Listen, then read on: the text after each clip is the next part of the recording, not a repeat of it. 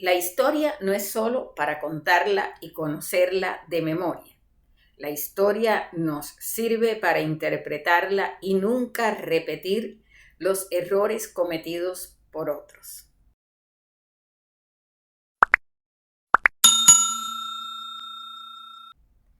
Bueno, ¿de qué les voy a hablar hoy? Yo les voy a hablar, les voy a poner en contexto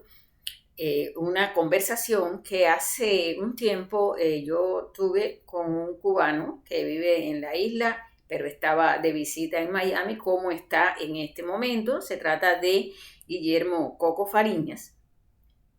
en el que,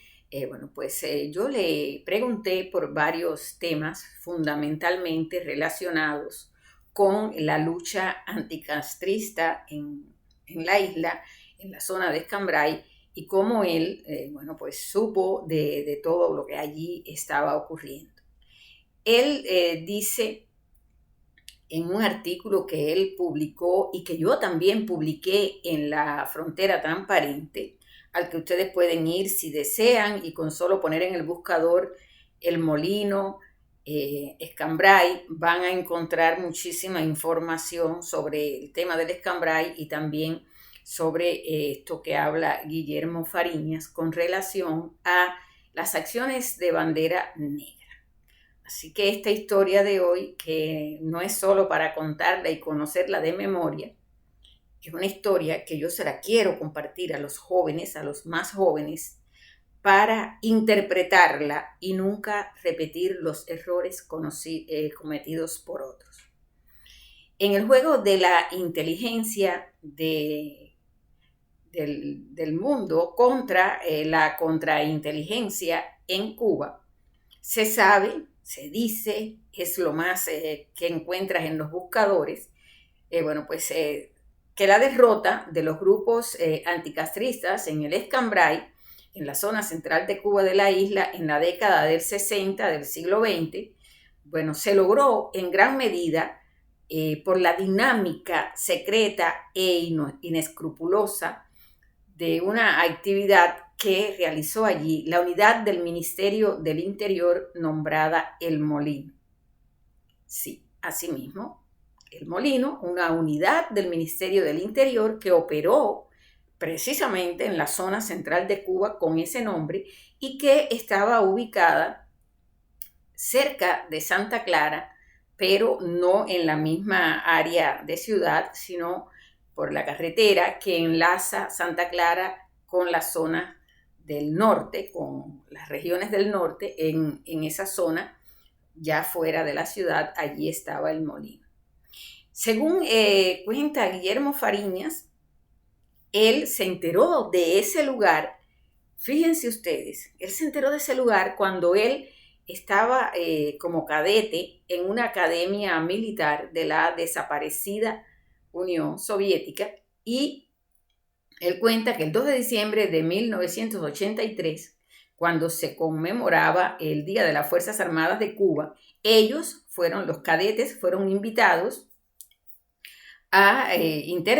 intercambiar con generales y coroneles soviéticos que habían sido asesores en la isla en esa primera década, cuando los focos insurgentes contra el totalitarismo, contra lo que había llegado al poder, tenían una fuerza mayor en la región central. Él cuenta que, allí aquellos militares, lógicamente, como eran rusos, toda la conversación que tenían con los cadetes y entre ellos era en ruso, pero lógicamente los cubanos que estaban allí también, pudieron entender por qué para estar allí y estudiar allí había que prepararse en el idioma ruso. Dice que él escuchó y que aquello le asombró como 3 coroneles retirados de la zona de la dirección principal de contrainteligencia, que es conocida como GRU, se escribe GKRU, y que es popularmente conocida como SMERSH, que se traduce de ese idioma al español como muerte a los espías. Él escuchaba lo que aquellos 3 oficiales coroneles retirados de esa dirección de contrainteligencia conversaban. Y bueno, pues él se pudo percatar de la forma desfachatada y de la forma bastante desagradable en que se estaban burlando por las misiones que ellos habían ejecutado en Cuba, en la zona del Molino. Bueno, Guillermo Fariñas explica: yo no pude nunca visitar ese lugar, incluso no tenía idea exacta de dónde estaba. Ya pasados 64 años, me imagino que del lugar solo quede, bueno, pues algún esbozo, debe haber cambiado muchísimo. Esta área era una hacienda que había sido abandonada y bueno, pues antes de llegar a Cifuente, desde Santa Clara, por ahí, por esa zona, estaba esa ubicación que se convirtió en un centro militar de entrenamiento de partidas guerrilleras anticomunistas. Bueno, a esos agentes de la seguridad del Estado que llevaban allí, los entrenaban rigurosamente en las técnicas de la lucha irregular para luego introducirlos por pelotones entre los auténticos alzados en el Escambray contra Castro, contra el régimen comunista, contra el régimen militar, esa dictadura que se había impuesto, que se estaba instaurando en el poder. Pero es importante porque estos agentes de la seguridad que estaban entrenados allí,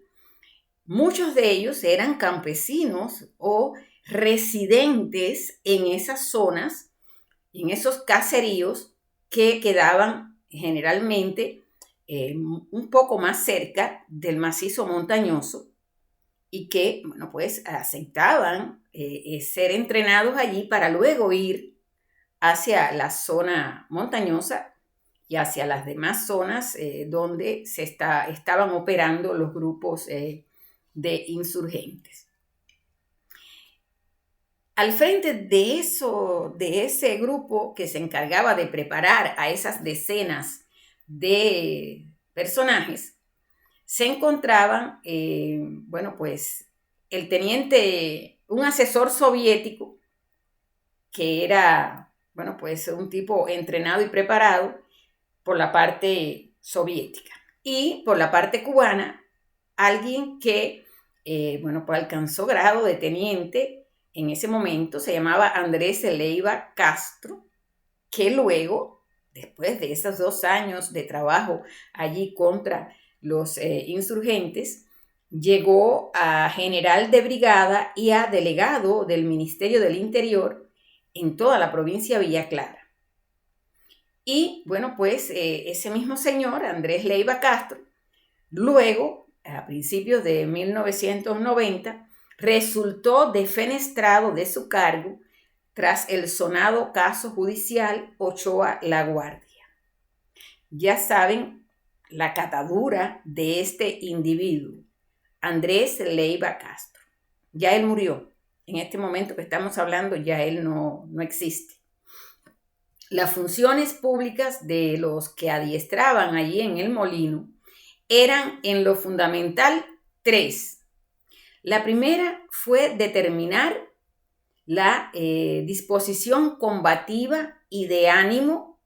de los anticastristas que estaban, bueno, pues muy marcados a hacerle la contra a todo lo que viniera y todo lo que saliera propuesto de Fidel. Y del grupo de comandantes bandoleros que los secundaron, porque la verdad, siempre digo, Fidel y el grupo de comandantes, porque nada de eso lo puede hacer un solo hombre, por muy extraordinario que sea. La segunda consistió en conocer quiénes dentro de los campesinos funcionaban como contactos, mensajeros y proveedores de alimentos, medicamentos y pertrechos a los que estaban alzados con las armas, porque bueno, eran alzados en armas porque esa fue la única opción que les dejó el momento que vivían. Mientras que la tercera de las funciones consistía en manipular celos, rumores, malos entendidos, calumnias y ejecución de excesos. Ejecución de excesos. O sea, hacer acciones que sobrepasaran lo normal, lo lógico, para que dentro de las fuerzas beligerantes antitotalitarias no se consolidara una unidad de acción, modo de mantener la atomización y la desconfianza entre aquellos luchadores por la democracia. Esa y no otra fue la esencia de la victoria de los castristas. No obstante, dice en esta entrevista que yo hice con Fariñas y que ustedes, pueden leerla en La Frontera Transparente, los asesores soviéticos en el Molino, que Fariñas conoció y escuchó hablar con dolor, dice él, allí en la ciudad rusa de Tambov, donde, fue aquel encuentro, ellos, se vanagloriaban muy borrachos de que una cuarta función que tenían los egresados de esa unidad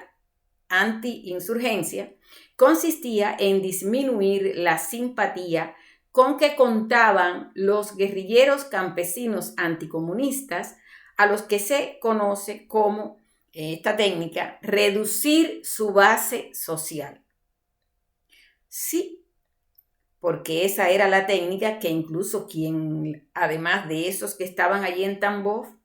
usaban los comandantes, los que tenían acceso a medios públicos y los que hacían discursos en público. Llegaba el momento en que le endilgaban tantos crímenes y tantos adjetivos a los que estaban en las montañas, a los que estaban con las armas enfrentando lo que venía, que a veces hasta los que estaban cerca llegaron a dudar y llegaron a sentir rechazo, odio y buscaban cualquier tipo de lejanía con esos anticastristas, con esos hombres valientes que estaban allí con las armas buscando el contener lo que venía para la isla, o sea, evitando que sobre la isla cayera la noche. Bueno,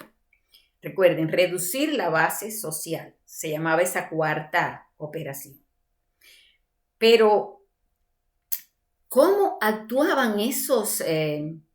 personajes escogidos para lograr estos 4 objetivos que tenían los asesores y en los que estaban preparando a los que se brindaron y a los que reclutaron para aquello?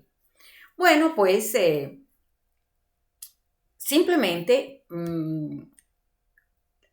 se comenzó a ejecutar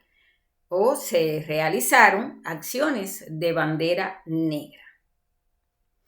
Las acciones de bandera negra no son otra cosa que hacer operaciones deplorables ante la opinión pública y culpar al adversario. Para alcanzar esos objetivos, asesinaron adolescentes o niños allí en la zona del Escambray. Los personajes que prepararon para eso asesinaron adolescentes o niños, violaron mujeres, quemaron poblados enteros. ¿Y qué pasaba? Que como el que lo hacía se había puesto autorizado por la contrainteligencia y por los asesores, se había puesto el traje de anticastrista, se había puesto el traje de anticomunista, se había puesto el traje de colaborador de los que estaban contra, pues nadie desconfió de ellos. Y entonces, ellos en esa historia los veían en los lugares, los consideraban parte de los insurgentes, parte de los alzados en armas. Y cuando uno de ellos cometía una de esas barbaridades, entonces los que cargaban con toda la mácula, con todo el rechazo y con todas las acusaciones, parecía que era un alzado en armas contra el régimen. ¿Ustedes comprenden esto que les estoy explicando? Esto es muy complejo porque es una historia de la que, se ha hecho una distancia muy grande con los tiempos de hoy, pero que pudiera en cualquier momento repetirse de nuevo, o pudiera en cualquier momento estarse dando ahora mismo. Bueno, vamos entonces a decir que estas acciones de bandera negra, cuando uno estudia y cuando uno hace un análisis profundo de todos los hechos que se dieron en ese lugar, en el Escambray, es cuando uno comprende entonces por qué por tantos años nosotros, muchos de nosotros, creímos en aquella narrativa que se impuso donde los peores hombres del universo eran aquellos hombres y mujeres que tomaron las armas, fueron a la montaña a luchar contra lo que venía. Y aquellos que desde las ciudades o desde los pueblecitos donde vivían se prestaron para ayudar, colaborar, llevar alimentos, llevar medicinas, armas, municiones y también poner ese grano de arena, como decimos popularmente, en la lucha por la libertad. Vamos a seguir en una segunda parte, vamos a hablar de este tema, porque en esa conversación que yo sostuve con Fariñas, él me habló de un tema que también quiero que ustedes tengan en cuenta ahora, porque al paso de los 60 años, muchos observadores de la realidad cubana se están preguntando por qué la temeraria y aguerrida oposición dentro y fuera de Cuba no se une de una vez y por todas. Con pesar, la mayoría de los disidentes no violentos y públicos reconocen que algunos líderes opositores anteponen sus intereses personales a los de la patria, aún por democratizar. La realidad opositora